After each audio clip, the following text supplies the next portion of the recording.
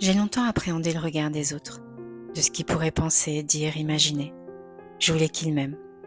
Puis un jour j'ai compris que ça changeait rien et que ça n'avait aucune importance d'être quelqu'un de bien à leurs yeux. Parce que les gens changent, les gens passent. En amour, en amitié. Certains restent, d'autres s'effacent. Et au final, il demeure que les diamants bruts. Ceux qu'on a rencontrés sur le chemin, ceux avec qui on s'est taillé mutuellement, on s'est poli, on s'est caressé. On s'est blessé parfois, mais c'est ce qui nous a rendus plus brillants. J'ai compris que l'amour, c'était pas juste une présence.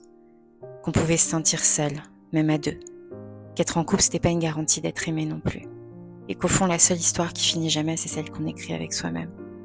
Ouais, s'aimer soi. C'est pas de la prétention, c'est de la survie. C'est du respect. Parce que les vrais héros sont souvent ceux qui restent seuls plutôt que de trahir leurs valeurs ou de pas préserver leur dignité. Ceux qui continuent d'avancer même sans applaudissements. J'ai aussi appris qu'on pouvait être trahi par ceux qu'on a aidés et qu'on a sauvés. Par des âmes envahies par la jalousie. J'ai compris que certaines relations en amitié comme en amour peuvent épuiser la tête autant que le cœur. Qu'il faut savoir se préserver même quand ça fait mal, savoir couper les liens quand on sent que ça ne nous nourrit plus. Parce que la paix intérieure, c'est pas négociable. C'est dans ces moments-là qu'on voit vraiment qu'il fait partie du voyage. Il y a ceux qui se contentent de dire je crois qu'il va pas bien, je crois qu'elle va pas bien, et puis il y a les autres. Ceux qui viennent sonner à ta porte sans prévenir juste pour prendre un café ou te serrer dans leurs bras sans poser de questions.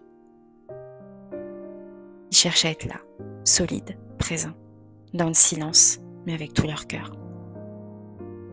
J'ai compris aussi qu'on passe beaucoup trop de temps à porter des mauvaises personnes, à croire en leurs rêves, à leur donner notre énergie, notre lumière, notre temps.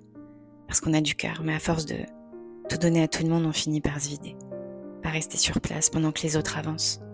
Puis un jour on se réveille, on comprend que se choisir, c'est pas tourner le dos au monde, c'est simplement décider de marcher à notre rythme, de remettre de la lumière là où ça brûlait.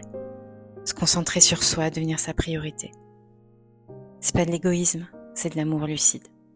Parce qu'on est notre meilleur soutien, notre meilleur allié. Faut du courage, ouais.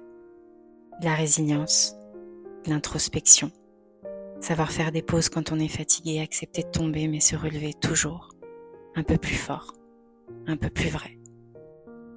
J'ai compris que ce qu'on avait de plus précieux, c'était le temps.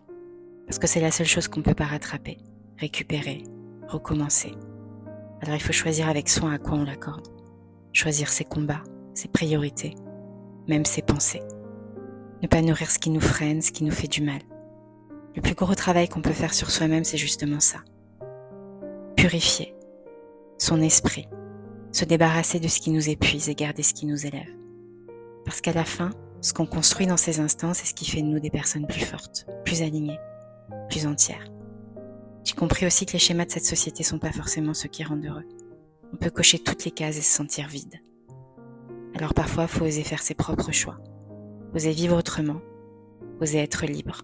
Et ce qui est beau, c'est qu'à force d'assumer sa liberté, on finit parfois par inspirer ceux qui n'osaient pas encore vivre la leur.